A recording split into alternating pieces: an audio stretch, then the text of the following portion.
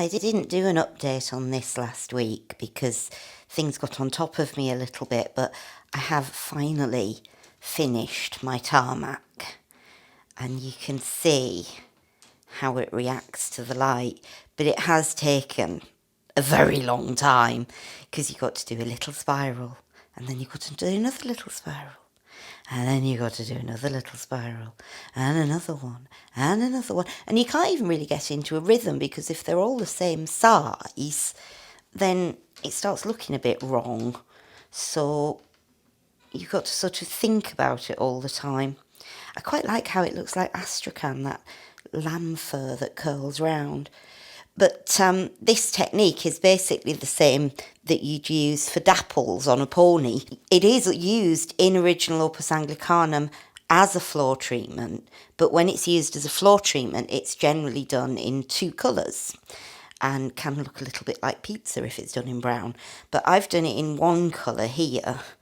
And of course, you've got the problem compounded by trying to cover white with a very, very dark grey, which doesn't help because you've got to get the stitches even closer and tighter together.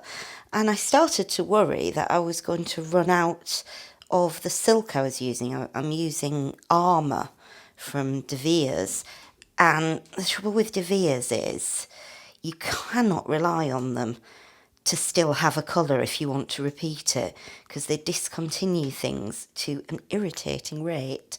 So I actually lengthened the robes a little bit on these two just to minimise the amount of grey I was going to need, and it seems to work, so I've still got a little bit left on the reel.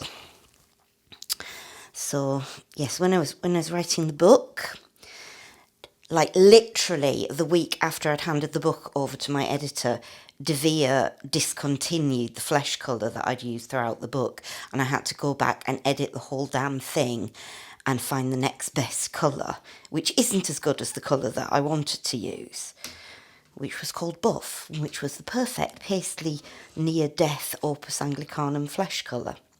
But I've been thinking a lot about what I want to do with this, and one of the theories was that I would like to have a street sign up here. You know, the ones you get with the London Borough with the little crest here.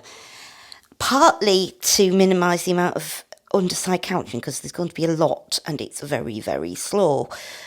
But I kind of also wanted to have one of the really old medieval street names of London, you know, the ones that are quite rude, like Cock Alley or Grope Cunt Lane, which are real places and real street signs. But now that I'm looking at it more and more, I think the composition actually needs that negative space up there.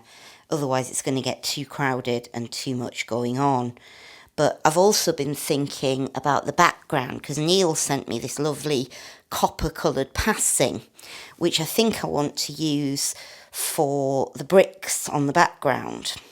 Originally, I'd been thinking that I'd do the basket weave pattern, which turns up a lot in Opus Anglicanum. But I think what I want to do is do a counterpoint couching. Counterpoint couching is where you produce a simple two-coloured pattern in Opus Anglicanum by just doing the regular basic underside couching brick stitch, and one part of the pattern has all of it running horizontally and all of it running vertically. But the trouble is, you need more than two shades to make a brick pattern, otherwise they're going to butt up against each other. I could try doing it with mortar, but that would mean lots and lots of really small stitches, and I'm not sure it would work.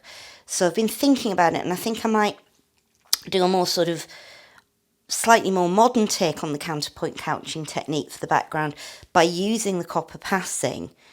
Because if you're going to do bricks in 4 colours, which is basically the different textures and they're going to be the different colours, then you have to have at least 4 so that none of them touch each other.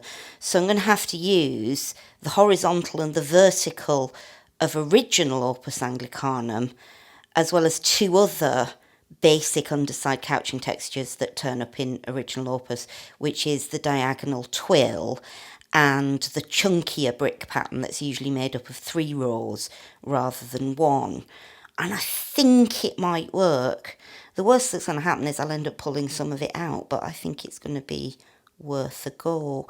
But I'm really liking that copper colour. I thought at first it was too close to the brick colour, but I think it's just enough of the contrast to make it look like it's on a different plane. But anyway, that's where I am at the moment. Next week I'm going to be embroidering rats and chips and cups and turds and pigeons before I progress on to the 3 dead.